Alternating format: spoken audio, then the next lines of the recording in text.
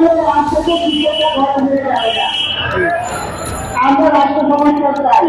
একটা বৈষম্যহীন রাষ্ট্র করার জন্য আমাদের দেশের রাষ্ট্র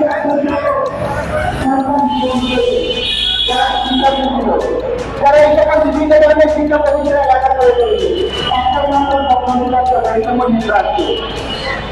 আপনাদেরকে দায়িত্ব দেওয়া হয়েছে রাষ্ট্র সংস্কার করার জন্য, কিন্তু আপনারা ওই সংস্কার আপনাদের কোনো বক্তব্য চাইনি। একটা রাষ্ট্র সংস্কার করতে চাইলে সর্বপ্রথম যেগুলো স্থাপন করা হলো সেটা হচ্ছে শিক্ষা ব্যবস্থা সংস্কার।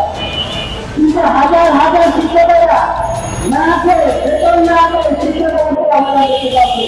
এটা আপনাদের লক্ষ্য হয় না? শিক্ষকদেরকে আমাকে এটা করে যাদের মতো বিষয় ভালো নিয়ে আসে, সেই শিক্ষকদের আঘাত করেছে আপনারা একটা আদর্শ জাতি করতে চান। বিষয়টা যতই হাস্যকর। এই বিষয়টা তো আমরা চেয়েছিলাম এই সরকারের পক্ষ থেকে আসবে। এই সরকারের প্রধান উপদেষ্টা থেকে শুরু করে শিক্ষা উপদেষ্টা পরিষদ উপদেষ্টা সবাই শিক্ষক, কিন্তু কেন আজকে শিক্ষকের রাস্তায় নামতে হয়? এর পিছনে যদি কোনো কালো হাত থাকে সেটা আমাদেরকে স্পষ্ট জানিয়ে দেয়। একসময় বিগত শিক্ষা উপদেষ্টা বলেছিলেন তাদের হাত পা বাঁধা, শিক্ষকরা সবাই বলেছিলেন আমরা করতে চাই কিন্তু শিক্ষকের জন্য কিছু করতে পারি না, আমাদের হাত পা বাঁধা। আমরা বলেছিলাম আপনার যদি হাত পা বাঁধা হয় সেটা প্রেসিডেন্ট বলে আপনাকে আপনি বলতে পারেন, তিনি বুঝতে পারেন নাই।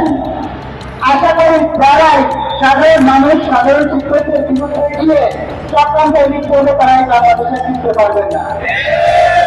একটা রাষ্ট্র সংস্কারের জন্য এই রাষ্ট্রের নাগরিকের দুটো গুণ থাকা দরকার। একটা গুণ হলো শিক্ষা, তার যোগ্যতা, সে যে কাজ করতে চায় সেই বিষয়ে তার যোগ্যতা থাকবে।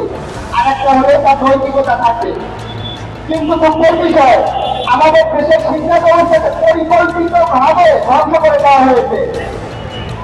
শিক্ষকদের বেতন দিতে গেলে তাদের রাষ্ট্রের সক্ষমতার অভাব হয়, শিক্ষকদের সুযোগ সুবিধা দিতে গেলে রাষ্ট্রের যত অক্ষমতা। কিন্তু এই যে সচিব আমরা ওদের দ্বারা করে অসক্ষমতা থাকে না।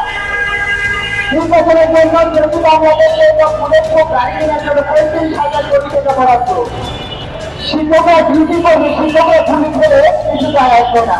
শিক্ষকরা যদি ভোট কেন্দ্রে মারা যায় সেটা কোনো বিষয় না, 1,00,000 টাকা দিয়ে তাদেরকে বিদায় করে দেওয়া হবে।